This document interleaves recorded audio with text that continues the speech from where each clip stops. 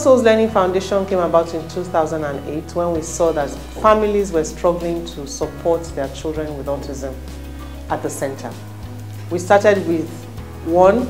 We are ending up with over 300 that we have seen over time. Gazelle's Place came into being when we found that our young children who had grown up to be young adults couldn't transition into mainstream school. We now set up Gazelle's Place to support their life skills.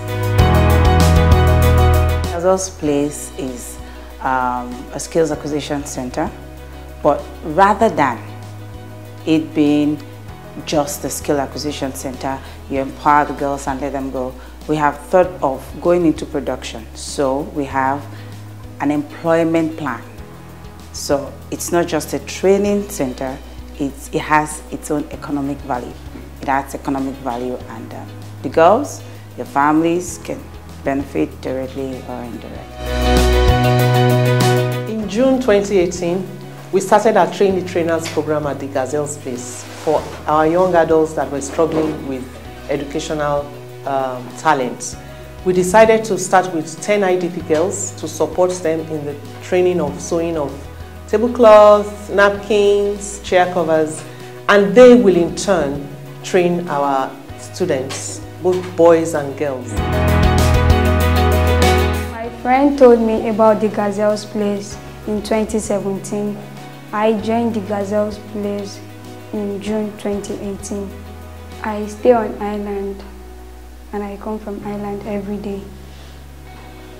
I've learned a lot of things so far. I've learned how to take my measurement accurately, how to cut, how to sew, how to create things on mine and make them.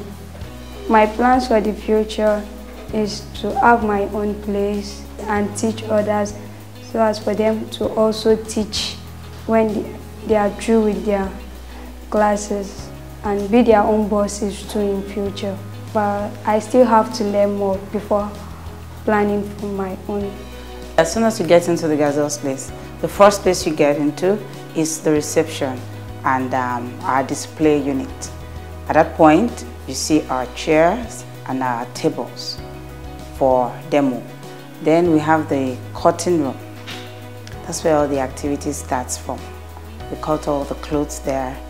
We do chair covers and table covers as well as napkins, event napkins. So from there, we go to the sewing room where we sew the clothes, and we go back to the finishing room. The finishing room is where we have the overlocker and the twin stitch machines, and then that's where we also iron. And in the Gazelle's Place, we do presentations. So we have the presentation and demo room. In that room, that's where the students demonstrate their work when they are asked to do so. I remember the first day I met them on a Thursday. That was on the 21st of June. They came in here not knowing anything, but I saw something in them, passion, especially Halima. She was very passionate and she had a desire to learn.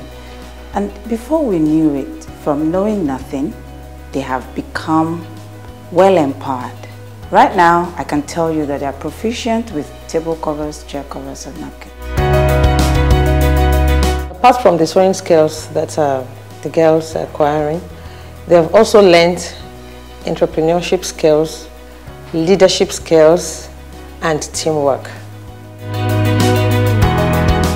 Everybody benefits from the Gazelle's Place. The young adults struggling with cerebral palsy, the young adults struggling with autism, ADHD, everybody benefits from the Gazelle's Place. Our aim is to create an employment agency for people living with disabilities.